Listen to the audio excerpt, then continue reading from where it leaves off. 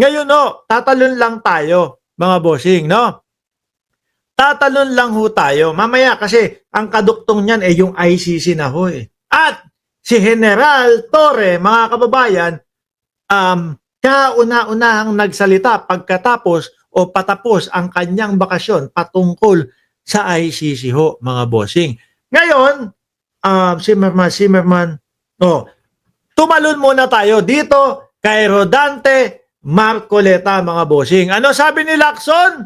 Sinagot siya ni Lacson, mga kababayan. Eto ho, sabi ni Lacson, anong pakialam ko sa kanya?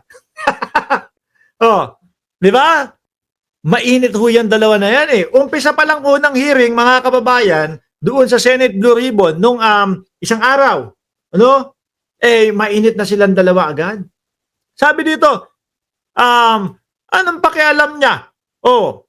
Senator Rodante Marcoleta, anong pakialam niya sa akin kung yun ang pananaw ko? Kasi nga, ang palagay ko dito ay patungkol ho, mga kababayan, doon sa pagkasabi na posible, maaari, at may pag-asa si Bryce Hernandez na maging state witness kesa doon kay Ladiscaya. Sabi naman ni Senator Ping Lacson, opinion ko yun, labas yon sa Senate Blue Ribbon Committee na ikinaiinit ho ng ulo nitong si Rodante Marcoleta dahil ipinipilit ho, mga kababayan, na ang umander sa WPP ay ang mga Diskaya ho. Tapos kung ikukonekta natin doon sa sinasabi ni Ramon Tulfo, sabi, sino itong mambabatas na humihingi daw o may asking price daw na 1 billion para ipagtanggol ang mga Diskaya, no? Pero nagkasundo daw sa 120 million lang daw ho, mga kababayan. Sabi ko, kung ako ang magsasalita at kung ako ang tatanungin mo, baka si Marcoleta yung tinutukoy dito. Pero, in fairness naman po, sabi po ni Ramon Tulfo, hindi naman daw ho si Marcoleta, hindi si Marcoleta, hindi si Dante Marcoleta yung tinutukoy ko. Ganun naman daw ho, mga kababayan. Pero, para sa akin, halatang halata eh. Siya ba inaawat ko kung ano ang opinion niya? Totoo, kahit na po tayo, galit na galit, busit na busit, inis na inis kay Marcoleta. Kapipilit ho na maging under ng WPP yung mga Diskaya wala naman tayong magawa, opinion niya yun yun yung paniniwala niya yun yung ipinaglalaban niya di po ba? Bakit ngayon kapag nagsalita si Ping Lacson doon sa labas na mas credibility si Bryce Hernandez, saktong kung siya ang tatanungin para maging WPP, ba't nagagalit to? Di ba? Siya ba inaawat ko kung anong opinion niya? Hindi. Ito ang buwelta ni Senate Blue Ribbon Committee Chairperson Senator Ping Lacson matapos siyang punahin ni Rodante Marcoleta tungkol sa kanyang mga sagot sa interview. Nakikialam Sabi ni Marina Lalin Robles, akala ni Harrieta tulad government noong time nila na nasa kulungan, namamatay pa. Tulad ng mayor na ng Albuera, iba ho ang ICC, iba ho sa Netherlands, mga kababayan. Matatanda ang nagkainitan ng dalawang senador sa pagsisimula ng pagdinig ng committee nitong Martes, Setyembre 23, kinwestiyon kasi ni Marcoleta ang naging sagot ni Lacson, sa isang panayam tungkol kung sino ang dapat maging state witness sa pagitan nila Bryce Hernandez at ng mga Diskaya. Ito pa. Bawal na akong magpa-interview sa inyo. Alam niyo si Dante, si Dante, mga kababayan, yung tipong ang style nito, sindakan. Pag nagpasindak ka sa kanya, sisigaw-sigawan ka na lang niya, kakayang-kayanin ka na lang pag nagpasindak ka. Pero kapag ka ipinaglaban mo yung sarili mo, wala naman din, natatamimi naman din, kung interviewin nyo ako, puro no comment, anong itsura ko just because he is complaining? Si Senator Ping Lacson yan, mga kababayan. Hindi uurungan niya si Dante Marcoleta. Kung patapangan lang mga kababayan, nako po, magiging chuchu, magmumukhang aso, si Marcoleta. Baka mamaya magalit si Marcoleta, sabihin, ba't tinatawag ako ni Mark Ramos na mukhang aso? Hindi naman, no? Magmumukha lang. That's my personal opinion. Yun ang tingin ko eh. Siya ba? Inaawat ko kung anong opinion niya. Sabi, dagdag ni Senador Ping Lacson, mga kababayan. At bukod pa ho dyan, ito, kaiinit din ho ng ulo ni Marcoleta ito, mga bossing. Ayan pa ho, mga kababayan. Ano sabi ni Senador Panfilo Lacson?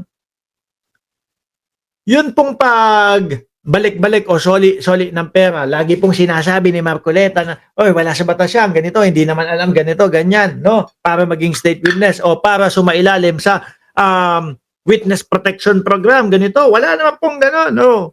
Sagot ni Senator Ping Lacson, maski wala sa qualification yung restitution, no? Nasa poder pa rin ng DOJ, mother agency nitong WPP. Okay? Paano yan? Inaaway ni Marcoleta kasi. Inaaway ni Marcoleta, pati si DOJ Secretary, Boying Remulla. Paano yun? Kung yun lang yung magbibigay at posibleng maglagay under ng WPP doon sa mga diskaya. Tapos inaway mo pa. Ano ba yung strategy nun? Di ba? Ano sabi ni Senator Ping Lacson? Kahit wala sa qualification yan, ang mother agency ng WPP, ang DOJ. Pwede nilang ipatupad sa pag-a-admit ng witness protection program. Kumbaga, yun yung, sige, ganito. Papayagan namin kayo. Sa isang kondisyon. Di ba? Sa isang kondisyon. Paano yun? Tapos aawayin ni Marcoleta lahat. Ang style niya, yung pambabarag, yung paninindak, ginagawa niya sa lahat. Lahat po yan, hindi niya kayang sindakin. Lahat po yan, hindi papatinag sa kanya. Pati nga itong artista mga kababayan, bumabanat na din kay Marcoleta. Binura nga lang daw, sabi dito Ano balita dito?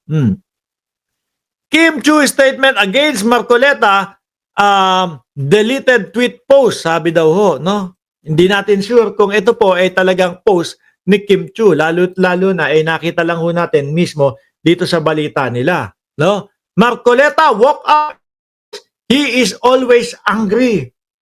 Hindi naman laging angry. Kaya lang ganun lang talaga ang pintada ng mukha ni Marcoleta, laging nakaganon, parang galit Diba? Akala nyo lang, laging galit si Marcoleta kasi nakaganon, punta kayo doon sa anak niya. Hawig naman nila, sorry. Hindi yun. Wag, mali. Sorry, erase natin yun. Baka sabihin kung ano-ano, ako lang ang topic mo, tapos nadadama yung anak ko dito. Isa pa ding aso yun sa kongreso Marcoleta woke up and chose, he is always angry, always picking a fight. No, this is the same way he went all out pushing for ABS-CBN shutdown. No, it's frustrating and heartbreaking to see the same darkness play out again. Naku po, darkness ang tawag sa iyo. Kulang na lang, tawagin kang demonyo nito, Marcoleta. Lagi ka daw galit. Yan pinagtanggol kita. Boss Dante. Pinagtanggol ko si Boss Dante. Bakit Sabi ko, hindi laging galit si Dante. No? Kaso, nakaganon lang talaga yung mukha. Siyempre matanda na, lalawlaw na yung iba nung kaganon na. Kaya ganon. Nag-walk out si Mukhasim, sabi ni Jerome Recalde. Hindi, tumayo lang. Doon sa hearing. Tumayo lang. Tapos ililigpit na yung ganon. No, sabi ni Tito Soto, ganun malis, mapapahiya ka kapag ka nag-walk out ka. balik na sa upuan. As a citizen, I can only hope and pray by the grace of... Ipinagdasal na si Marcoleta. Kulang na lang hawakan sa ulo, nakaganyan Nako, nakapantulog na ako. Kita nyo? Butas-butas na yung suot ko. Pagkatapos kasi ng vlog natin, hihiga na ako, makikinig tayong lahat, mga kababayan, ng, ng hearing po sa Blue Ribbon Committee. As a citizen, I can only hope and pray by the grace of God that this time accountability wins. Let the guilty face justice. Enough lies, enough abuse. It's time for the darkness to end. Sabi daw yan ni Kim Chiu at buradong mensahe o buradong post ni Kim Chiu yan, no? Kaya po bilang ano naman patas, hindi natin sigurado kung talagang ipinost niya yan o hindi. Pero alam niyo naman taga ABS-CBN si Kim Chiu, mga bossing, di ba?